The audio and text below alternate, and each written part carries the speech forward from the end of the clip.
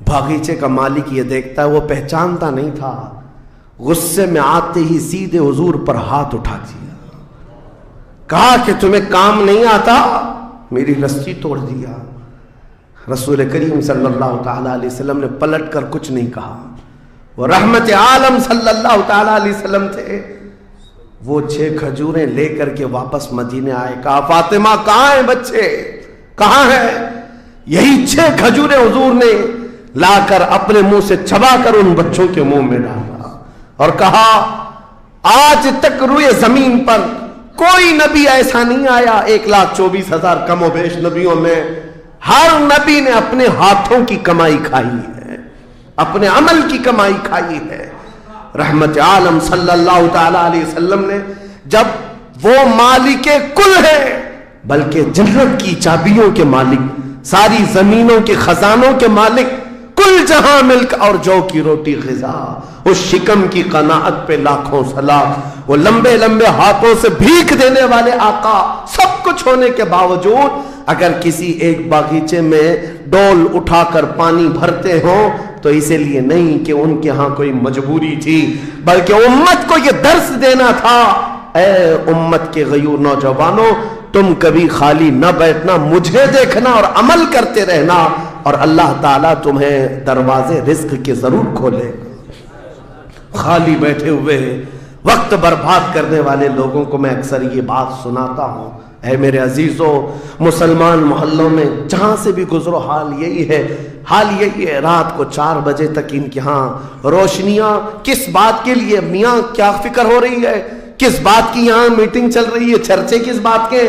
امت کی تباہی کے چرچے، کس بات کے گپیں لگ رہی ہوتی ہیں؟ کچھ نہیں۔ ان دوسری قوموں کو دیکھو جو فجر سے پہلے اٹھ کر کاموں پر بھاگ جاتی ہیں، سورج ڈوبنے سے پہلے وہ گھروں پر آ جاتے ہیں۔ آج تمہارے اخلاق و کردار کسی اور نے لے لی، اڈاپٹ کر لیے، اور تم کو لوگوں کو ایسا چھوڑ دیا گیا بے قائد کے، بے قیادت کے۔ بہرحال میرے عزیزوں، بدلنا چاہیں تو آج بھی ہم بدل سکتے ہیں، صرف ایک نقطہ ہے بدلنے کے لیے، ایک نقطہ ہے۔ میری باتیں چھوڑ دو، مقررین کو سنتے ہو سکتا ہے لوگ یہ کہتے ہیں مولانا لوگ ایسا بولتے ہیں ویسا بولتے ہیں، تمہاری فکریں سب اپنی جگہ پر۔ میرے عزیزوں، میں تو بہت نکما آدمی ہوں، میں تو ایک چھوٹا طالب علم بھی نہیں ہوں، جہالت میرے اندر بھی ہے، لیکن میں آپ کو یہ کہنا چاہتا ہوں، اگر دل کے اندر ہلچل مچ سکتی ہے، انقلاب لانے کی فکر آ سکتی ہے، تو ادھر ادھر کی باتیں چھوڑو، آمینہ کے لال کی طرف دیکھو، حضور اکرم صلی اللہ تعالی علیہ وسلم کی طرف تمہارا دل متوجہ ہو گیا تو میں کہتا ہوں تمہاری دھڑکنیں تیز ہو جائیں گی، تم بدل لو گے اپنی زندگی کو، اور اس کے بعد ایک دن آئے گا پھر تم یہ پکار کر کہو گے جو بریلی والے نے کہا تھا، یا رسول اللہ دہن میں زبان تمہارے لیے، بدن میں ہے جان تمہارے لیے، ہم آئے یہاں تمہارے لیے، اٹھے بھی وہاں حضور کے لیے، جینے کا سلیقہ مل جائے گا۔ لیکن شرط صرف اتنی ہے، آج سے ایک وظیفہ دے کر کے جا رہا ہوں، جمعہ کو، پہلے بھی میں نے ایک بار کہا تھا، جب بھی جمعہ آئے گھر پر اب جاتے ہیں، گھروں میں اچھا کھانا بنتا ہے، میرے عزیزو اپنے بچوں کو لے لو، بیٹھ جاؤ دسترخوان پر، لیکن گھر میں یہ قانون لگا دینا، بیوی بھی بیٹھے، ماں بھی بیٹھے، بہن بھی بیٹھے، بچے بھی بیٹھے، جس کے گھر میں جتنے لوگ ہو دسترخوان پر بیٹھے، اس وقت تک ہم لقمہ نہیں اٹھائیں گے جب تک 100 مرتبہ میرے مصطفیٰ پر درود نہ پڑھ لیں۔ حضور صلی اللہ تعالی علیہ وسلم کو یاد کرنے کا ماحول گھروں میں آ جائے، پھر دیکھنا زندگی کی بہاریں تم اپنی زندگی میں دیکھ لو گے، ہر گلی میں انشاءاللہ العزیز یہ ماحول بن جائے، پھر کوئی باہر سے آیا ہوا اجنبی تمہارے محلوں میں آ کر کہے گا یہ ممبئی کا محلہ نہیں، مدینے کی گلی نظر آتی ہے، یہاں سے خوشبوئیں مصطفیٰ نظر آتی ہے، ہماری عورتوں کے اندر، ہماری بچیوں کے اندر پردے کی پابندیاں ہماری تقریروں سے نہیں، حضور کی محبت سے آ سکتی ہے، نوجوانوں کے اندر نشہ سے نفرت تقریروں سے کم، لیکن میرے مصطفیٰ کی محبت سے آ سکتی ہے، کیونکہ حدیثوں میں ہم نے پڑھا ہے وہ مدینے کے لوگ جو 50 سال پرانی شراب پیتے تھے، ایک فرمان مصطفیٰ کیا آیا، انہوں نے اپنے پرانے مٹکے تک توڑ ڈالے، لبوں تک لگی ہوئی شراب کو پٹک دیا کہ اب نہیں، اس لیے کہ مخبر صادق نے فرما دیا ہے، رحمت عالم نے فرما دیا ہے، یہ محبت کا تقاضا تمہیں ہر برائی سے دور لے آئے گا۔ اسی کو اقبال نے کہا تھا کہ محمد سے وفا تمہیں تو ہم تیرے ہیں، یہ جہاں چیز ہے کیا لوح و قلم تیرے، ہر چیز کا علاج اس میں مضمر ہے، ہر چیز کا علاج اس میں پوشیدہ ہے۔ سچ کہا کرتے تھے بچپن میں جو شاعر ہم سنتے آتے تھے، ہر درد کی دوا ہے صلی علی محمد، تعویذ ہر بلا ہے صلی علی محمد۔ حضور کا نام پاک ہر درد کے لیے دوا بھی ہے، شفا بھی ہے، اور بیماریوں سے چھٹکارے کے لیے کنسنٹریشن، ایک جگہ توجہ مرکوز کر لو۔ آج سے اپنے دل میں یہ احساس پیدا کرو میں اس کا اس کا نہیں ہوں، لوگوں نے مجھے بنا رکھا ہے، یا اس کا فین ہے اس کا فین ہے، نہیں۔ بیدم وارسی کو پڑھو، کیا کہتے تھے اللہ والے میرے عزیزوں، کہتے ہیں بارگاہ مصطفیٰ میں یوں عرض کرتے ہیں، سگے طیبہ سب کہہ کے پکارے بیدم، یہی رکھیو میری پہچان مدینے والے۔ یہ دعا کرتے تھے بیدم وارسی کہ اے اللہ کے نبی، اے مدینے کے تاجدار، ساری دنیا مجھے میرے باپ کے نام سے نہیں، مدینے کا کتا کہہ کر کے پہچانا کرے۔ اپنی پہچان یہ بنا لیا کہ دنیا مجھے دیکھے تو آپ کے نام سے جوڑ کر کے دیکھے، یا ان کا غلام ہے یا ان کا غلام ہے۔